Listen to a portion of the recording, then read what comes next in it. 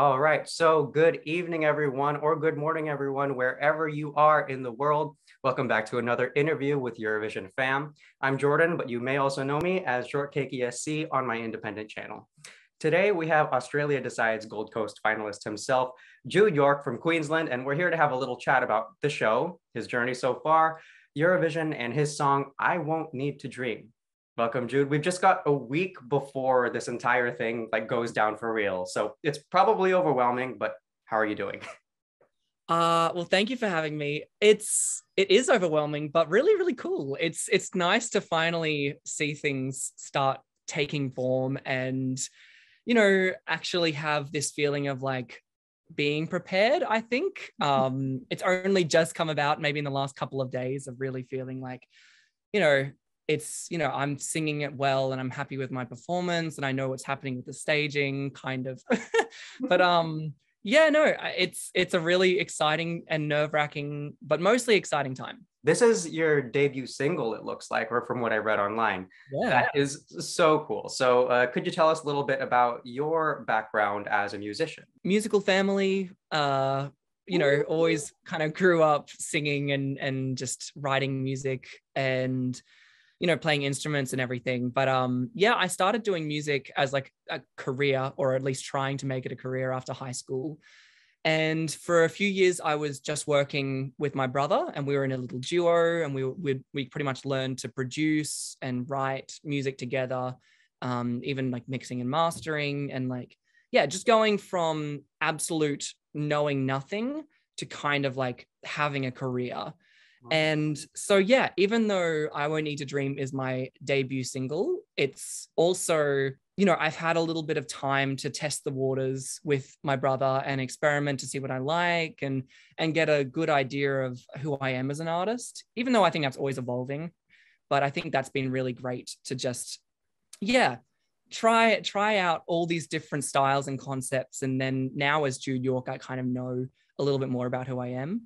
Having said that, it's a huge honor and honestly very shocking that my debut single is a part of Australia Decides and could even be going on to Eurovision. That just doesn't really happen. So I'm not taking it for granted. It's really freaking cool. I mean, I'm sure that was a big part of your motivation to be a part of this too, having all of that mentorship just around you, kind of to help condition you in a way. Yeah, exactly. We'd had some experience with the Australia Decides kind of worlds. Ben and I submitted the previous year, and so they were familiar with our work and everything. But I definitely don't think I would be as confident or definitely comfortable as I am now had I not been already doing some things in the music industry and working on my art previously. I think it would just be too much to start this way.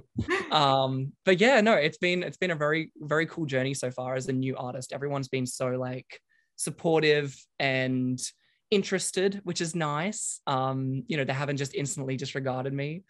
It's a very cool community to enter into. And so I noticed reading your Instagram bio that you'd be off somewhere making dance cry music. What were your inspirations music wise? Right. Yeah, well, I think the first dance cry icon for me was Lorde. And that was, I went to the concert when, I was maybe 17 or something. And that was a big foundational moment for me of realizing that you could actually have very serious emotions mixed into this music, which is just danceable. And, the combination of the sadness and the beat is euphoric, right? And then from there, my partner introduced me to Robin, which was also very big. The people who love Robin, they get it. And the Lorde to Robin transition, wow. Yeah, I know. Yeah, it really tickled something in my brain which had never been tickled before, and led me down a bit of an indie pop dance cry wormhole, leading into Christine and the Queens, and just even just a whole bunch of references.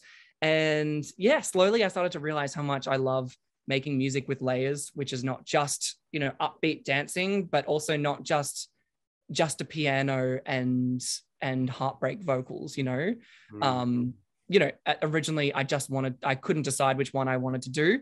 And so now I'm deciding that I don't want to decide. I'm just going to do both and try and, force them all together. So I guess like the next piece of that was your country, Australia, used to kind of be like ours in that you didn't used to participate in the Eurovision Song Contest. Y'all just started participating in 2015. And for a couple of years, you guys have just done like progressively pretty well. So my question is, I guess, how do you feel about the prospect of representing your country in Turin? I mean, I think it's daunting for sure that that's a possibility, and there's big shoes to fill.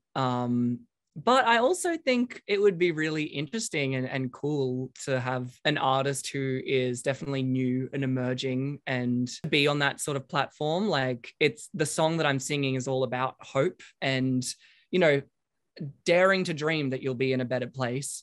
So I think in the context of that song, having a new artist represent Australia would be cool, even though I can just already imagine the news going out and everyone going, who's representing Australia? Like, what? We went from like, Guy Sebastian to Jude York. That's a weird like transition.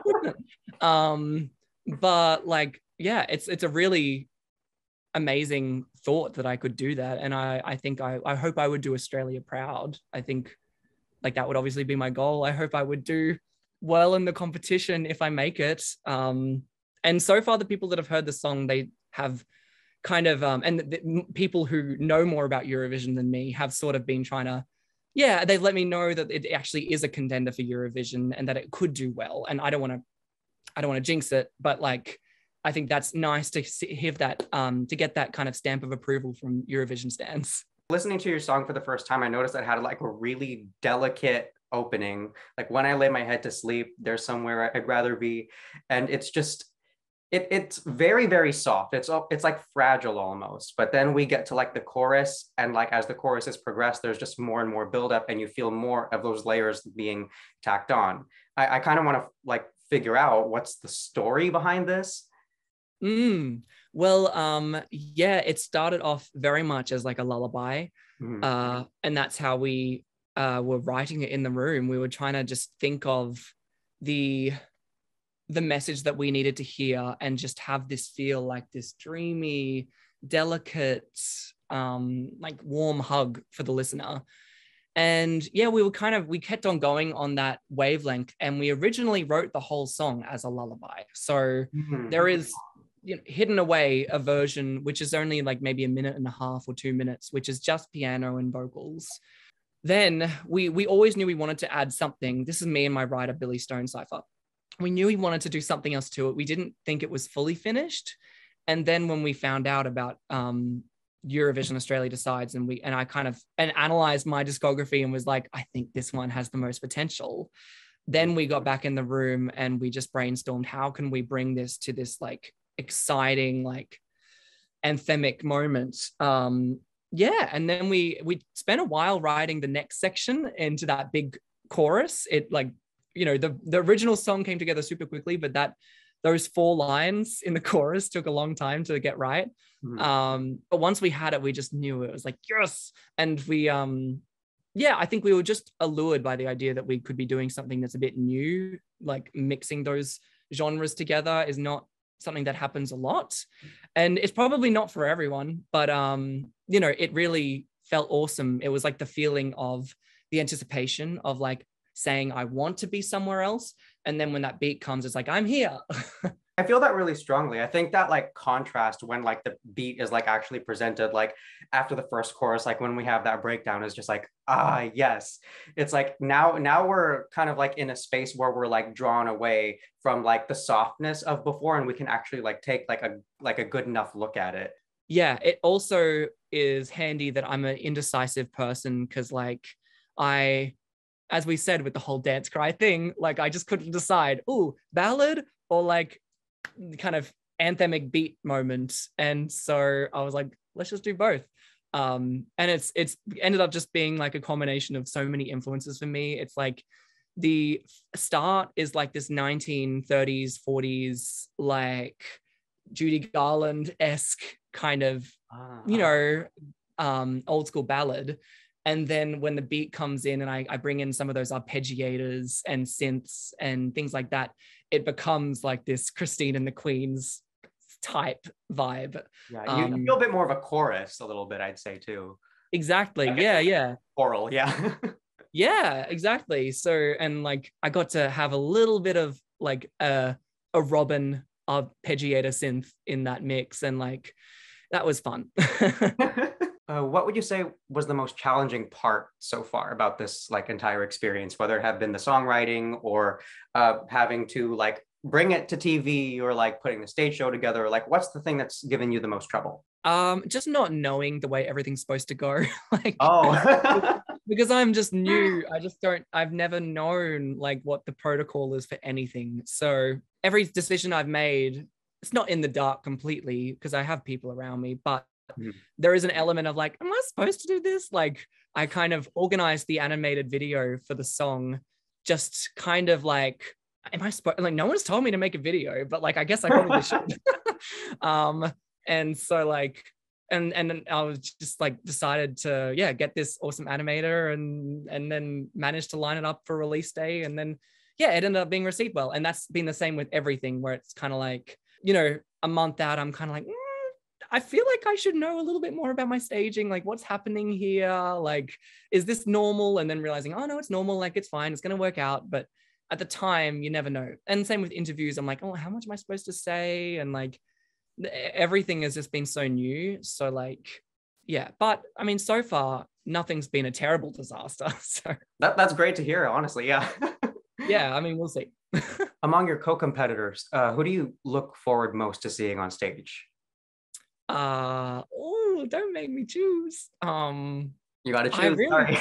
I want to see all of them, but I will say Charlie, I'm very excited for. I love the song. And I mean, I feel like the song is just very like up my alley, but also Jaguar Jones, I'm very keen to see. Maybe that's because of the Queensland connection. I don't know.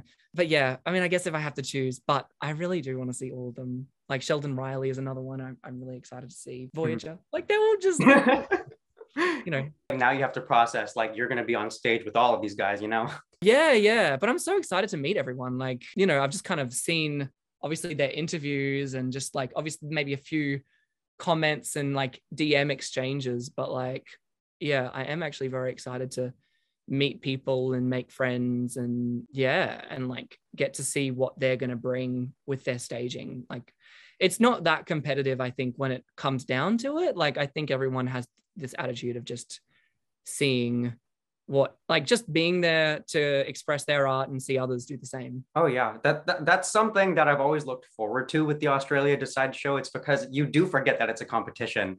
Like when you're there, there's just like some kind of element about like your guys' national selection where it feels like in the arena, the element of the competition, it disappears for a second. And I really appreciate it. I like being able to just like jump right in. It's like, let's just sing and then the result's going to be the result, but it doesn't matter. Yeah, exactly. Yeah, I know. I mean, I like that. I'm glad that I don't feel like I'm necessarily a part of a reality TV show, even though I suppose technically I am, but it feels a lot more like I'm getting ready to share this really cool project, not so much like I'm battling it out with these fierce competitors. Absolutely. Do you have any dream collaborations? Oh my God, so many. All right, so we have Christine and the Queens, we have Lorde and Robin, the ones that you talked about so far, but do you have any others than that? I feel like we're very female heavy with my inspirations, especially with Charlie and Jaguar Jones as well. But I'm going to continue that trend and say Yeba from the States is, I don't know if you probably maybe not heard of her, but she's really, really awesome. Like one of the best vocalists I've ever heard. I have not. I'm going to go look her up later though, because I'm in need of some new music myself. Oh, she is just phenomenal. Yebba. She's not a small-time artist or anything, but she's like, she's super, super cool. Funnily enough, I wrote a song, which I think I posted on YouTube. And for some reason, I had this thought of getting Charlie to do the second verse and chorus. And now, ever since I've thought that, I just keep on thinking like, I just want that to happen. So maybe Charlie, but I don't know, dude. There's so many people I would love to collaborate with. It's really hard to narrow it down. Honestly, if you get the chance to talk to Charlie in the green room, maybe like that could be like a cool moment. Who knows, right? Yeah, totally. I mean, her voice is amazing, and yeah, Mhm. she's an amazing writer. So I would love to do that. The grand final of Australia Decides is coming up on Saturday. What are your kind of like final feelings before we get into like the last week before things get like kind of white hot? A little bit nervous. I definitely want to just keep on singing the song like over and over again to make sure that I'm super comfy with it and used to performing it. I'm just, but I don't know, genuinely pretty excited. Like really am just ready now to get on the stage and give it a go. I think the moment after it is all wrapped up will be tremendously like a relief, but also sad that it's over, unless, you know, I go to Turin. So yeah, I don't know. I don't think I answered your question in a really, in a way that isn't cliche and just saying nervous and excited, but it's true, nervous and excited. Despite how cliche it may feel to you, it is my favorite answer. Yeah. I mean, it's better than, you know, bored and non-excited.